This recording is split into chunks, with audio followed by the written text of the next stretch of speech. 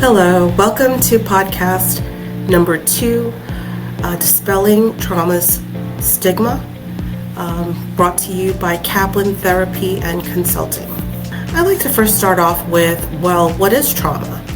So it's defined as an event or a series of events that is perceived by the individual as physically and or emotionally damaging or life-threatening. So that means that all of us have faced a trauma within the last 5 years when COVID happened. And we continue to now have the after effects of it, and we're still living through the effects of that major trauma that was that affected the whole world.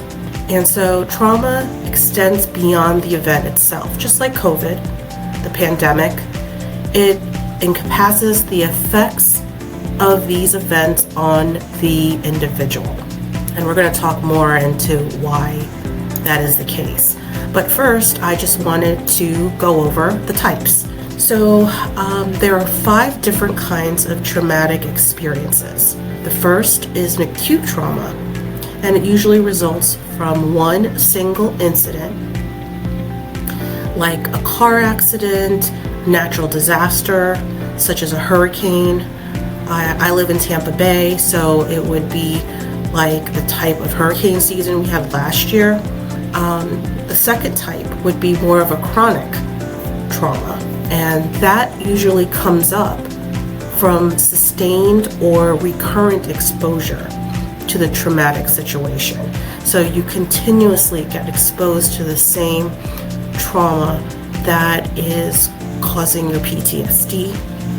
And that's usually from persistent abuse, such as childhood abuse or domestic violence, or it could be a medical trauma because of a condition or diagnosis that you have that is life-threatening.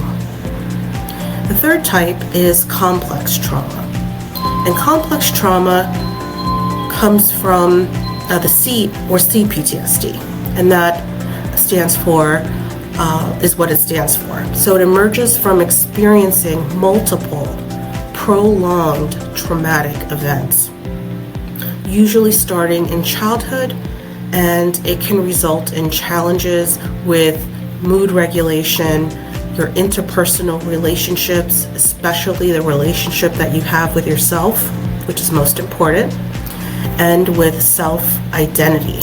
The fourth type of trauma is vicarious trauma.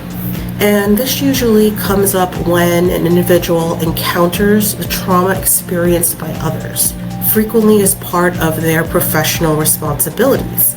So you could think of first responders, like police officers, firefighters, EMTs, as well as therapists like myself, especially if you're working with trauma and you're a trauma specialist. And the fifth and last type of trauma is historical or transgenerational trauma, which is similar to what I had shared about how trauma comes from many generations before me and my family.